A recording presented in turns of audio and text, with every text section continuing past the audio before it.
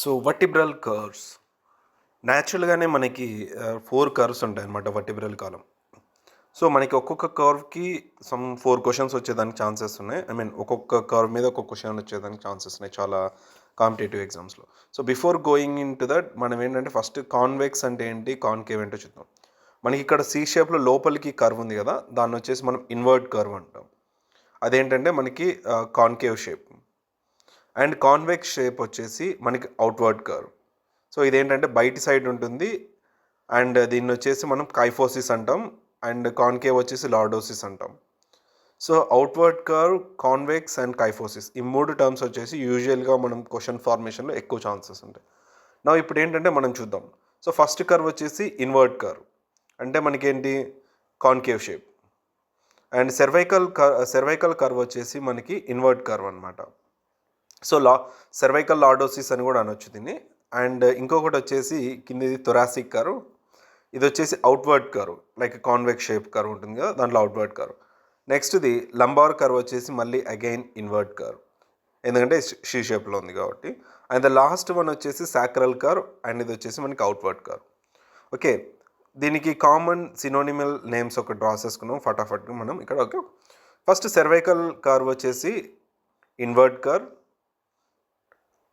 And thoracic వచ్చేసి outward, and lumbar వచ్చేసి again inward, and sacral వచ్చేసి అవుట్వర్డ్. అండ్ ఇన్వర్డ్ అయితే మనం ఏం రాసుకుంటాం, ఆబ్వియస్గా lordosis.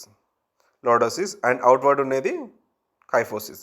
Cervical lordosis, thoracic kyphosis, sacral kyphosis and lumbar lordosis. Okay, నా ఈ కర్వ్స్ ఒక మెయిన్ ఫంక్షన్ ఏంటంటే it support head. Cervical curve ఏంటంటే హెడ్ని సపోర్ట్ చేస్తుంది, అండ్ మొబిలిటీ, మూమెంట్ ఉంటుంది కదా, మూమెంట్కి సపోర్ట్ చేస్తుంది. And balance the head on spine, అంటే మనకి వెన్నుముక్క మీద తల నిలబడుతుంది కదా, ఆ బ్యాలెన్సింగ్ కూడా ఈ కర్వ్ మీదనే డిపెండ్ అయి ఉంటుంది అనమాట.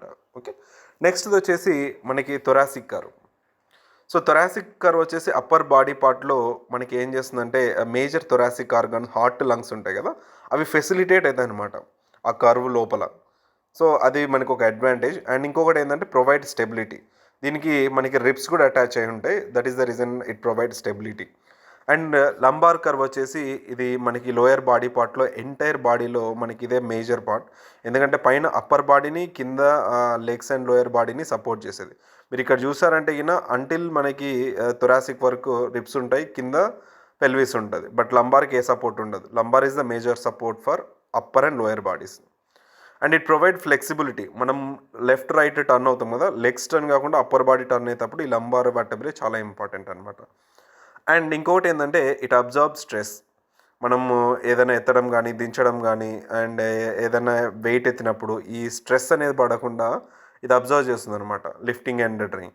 అండ్ సాక్రల్ వచ్చేసి మనకి it distributes upper body weight to pelvis మీద పైన బాడీ వెయిట్ని కింద కాళ్ళకి మధ్యలో సపోర్ట్ ఇచ్చేది ఇదనమాట. ఫర్ ఎగ్జాంపుల్ ఇక్కడ మనం ఒక బొమ్మ చూసామంటే ఈ రీజన్లో ఉన్న లంబారు, దాని తర్వాత కింద ఉండేది వచ్చేసి పెల్విక్ రీజన్కి సపోర్ట్ ఇస్తుంది. అంటే ఏంటంటే ఇంకోటి సపోర్ట్ పెల్విక్ ఆర్గన్, మనం ఇక్కడ డయాగ్రామ్లో కూడా చూడొచ్చు. ఇది వచ్చేసి పెల్విస్, దానికి సపోర్ట్ ఉండేది వచ్చేసి మనకి రిమైనింగ్ ఆర్గాన్స్. అండ్ ఇంకోటి ఏంటంటే సపోర్ట్ పెల్విక్ ఆర్గాన్స్. ఏవేవి ఉన్నాయి పెల్విక్ ఆర్గాన్స్ వచ్చేసి మనకి urinary bladder, colon and reproductive organs. Okay, so మనకి సాక్రల్ కర్వ్ సపోర్ట్ ఇస్తుంది along with pelvic organs. And forms as a back wall of pelvic cavity.